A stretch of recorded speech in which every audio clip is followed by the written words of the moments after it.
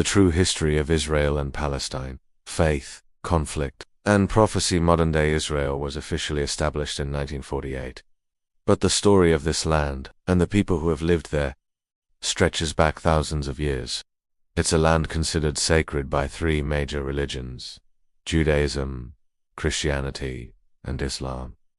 So, how did this all begin? According to the scriptures, the Jewish people trace their roots to Abraham, who lived in Mesopotamia and received a divine promise from God, the land of Canaan, today's Israel. Abraham's descendants formed 12 tribes, which later ended up in Egypt, were enslaved, and eventually freed by Moses. They returned to the Promised Land and formed the Kingdom of Israel, ruled by kings like David and Solomon, who built the first temple in Jerusalem. Later, the kingdom was divided. The north became the Kingdom of Israel with Samaria as its capital, and the south became Judah, with Jerusalem as its capital. That's where the name Jew comes from. In 721 BC, the Assyrians conquered the northern kingdom. Judah remained until it fell to the Babylonians, who destroyed the temple and took the Jews into captivity. Eventually, the Persians defeated Babylon and allowed the Jews to return and rebuild their temple. In Islamic tradition, the Arab people also descend from Abram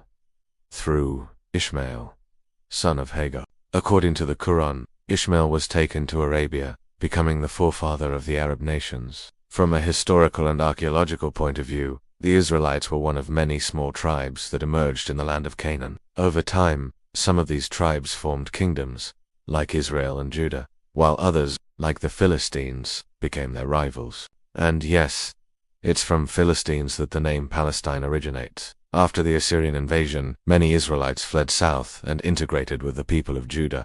Historians believe this merger helped popularize the worship of a single God. And it was during this period that the Torah began to be written. The biblical narrative begins to align more closely with archaeology from this point forward.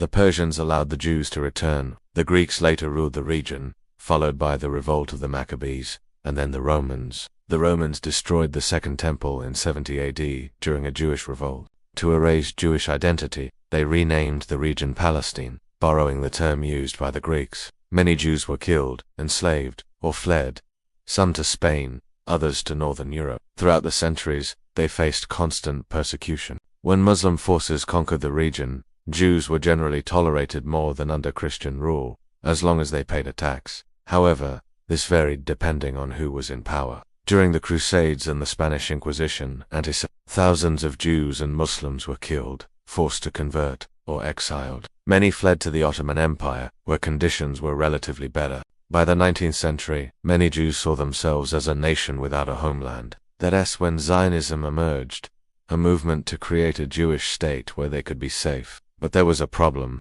During World War I, the Ottoman Empire sided with Germany. The British, seeking support, promised the Jews that they would support a Jewish homeland if they helped in the war effort. At the same time, the British made a similar promise to the Arabs if they helped overthrow the Ottomans. One land, two promises, and a conflict that would shake the world. When World War I ended and the Ottoman Empire collapsed, the Middle East was carved up by the victors. The United Kingdom took control of Palestine, Transjordan, and Iraq. France took Syria and Lebanon. Even Italy and the Russian Empire had plans for parts of what used to be Ottoman land. That's where the story begins. The British started giving more autonomy to the Arabs in Iraq and But then came a surprising move. They announced support for a Jewish state in Palestine, where a small Jewish community already lived, though they were still a minority at the time. This infuriated the local Arabs, who had been promised a unified Arab state.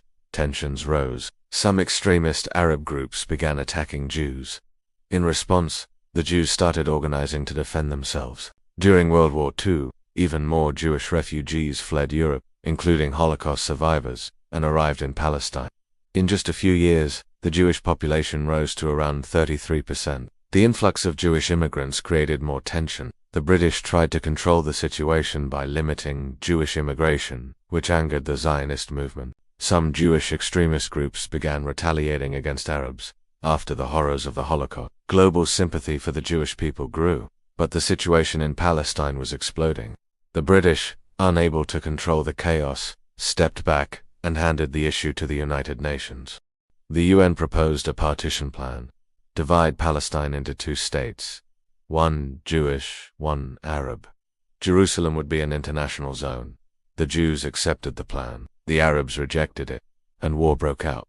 The Jews call it the War of Independence. The Palestinians call it Nakba. Over 750,000 Palestinians were displaced. Villages were destroyed. On May 14, 1948, the State of Israel was declared. The next day, Arab countries invaded from all sides, beginning the Arab-Israeli War. Expanding its territory even more, Egypt took the Gaza Strip, and Transjordan took the West Bank, later renaming itself simply Jordan. More Palestinians were expelled, and at the same time, Jews living for generations in Arab countries were also forced out. Israel had proven it could defend itself, and thousands more Jews migrated there from Europe.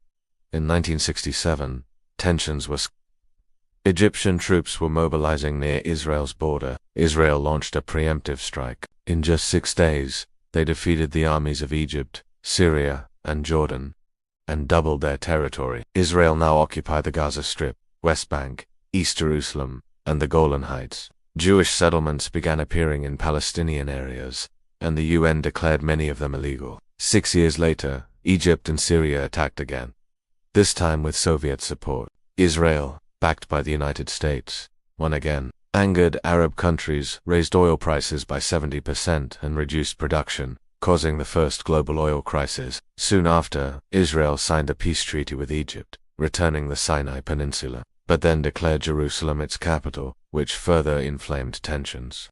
Inequality in water distribution, the spread of settlements, and worsening conditions led to more Palestinian unrest. It was in this climate that Hamas was born, a radical Islamic movement opposing Israel, labeled a terrorist group by many countries. Meanwhile, the Palestinian Liberation Organization, created by the Arab League in exile, declared the independent state of Palestine in 1988, claiming Jerusalem as its capital. In 1993, Israel signed the Oslo Accords with the people, granting limited autonomy to the Palestinian authorities in Gaza, Jericho, and parts of the West Bank. Israel also made peace with Jordan, but not everyone agreed. Israeli extremists were outraged. One even assassinated Prime Minister Yitzhak Rabin. Violence broke out again. Governments changed. The Second Intifada began. Israel built walls and fences to separate populations. Terrorist attacks increased. In 2005, Israel withdrew from Gaza, handing over control to the Palestinian Authority. But it still controlled the borders. Then, the Hamas movement won local elections in Gaza and took power, worrying Israel and much of the world. The situation spiraled again. Hamas fired rockets. Israel responded with heavy bombings. Some criticize Israel for its disproportionate use of force. Others condemn Hamas for using schools and hospitals as shields and for attacking Israeli civilians. Most Hamas activity is based in Gaza, while the West Bank is mainly controlled by Fatah-Hamas rival. The two sides have fought each other for power as well. The West Bank is a complex patchwork of Palestinian towns and long-established Israeli settlements that makes a two-state solution difficult. Both sides claim Jerusalem as their capital, and the international community remains divided. Recently, Hamas launched its most violent attack yet. Over 5,000 missiles, border infiltrations, kidnappings, and brutal civilian killings.